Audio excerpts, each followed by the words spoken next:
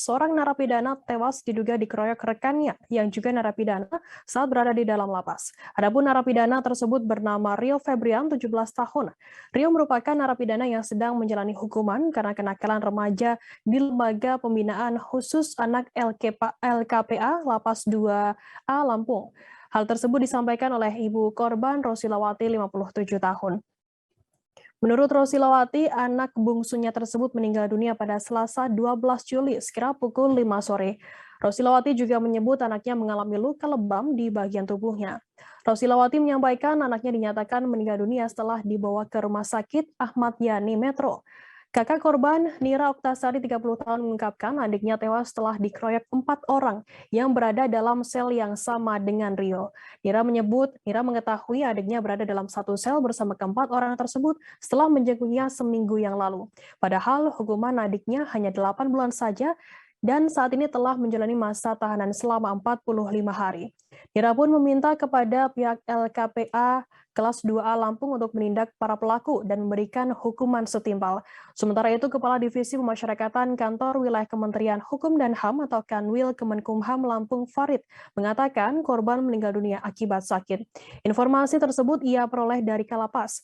Lebih lanjut, Farid mengatakan pihaknya saat ini masih mendalami dugaan adanya tindakan penganiayaan ataupun pemukulan seperti yang dikatakan oleh keluarga korban. Namun pihaknya saat ini masih mendalami terkait adanya dugaan tersebut.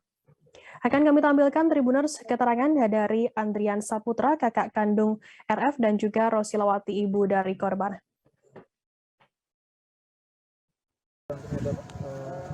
Rio.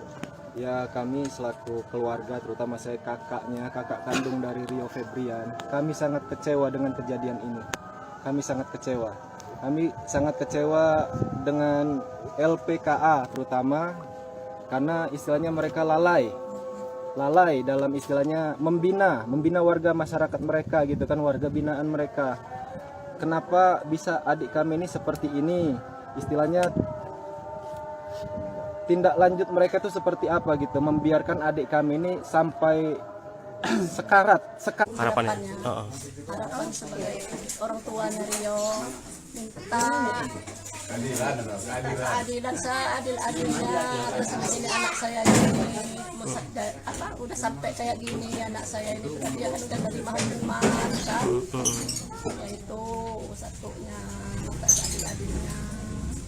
Kemudian sebelum almarhum meninggal, kita ada nggak sih Bu firasat dari kita sendiri Bu terhadap anak kita? Nah, itu ayunya ini seminggu 3 hari 4 hari gitu mimpi giginya copot, geraham ininya katanya. Itu aku udah 1 minggu tuh, dia orang kan Senin itu ngelihat kan masih sehat. Saya dari Senin itu saya ini sakit semua badan saya ini.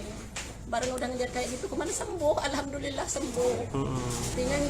Hai pemirsa Sri Popo TV, jangan lupa komen, like, dan subscribe serta tonton terus berita-berita terupdate lainnya ya.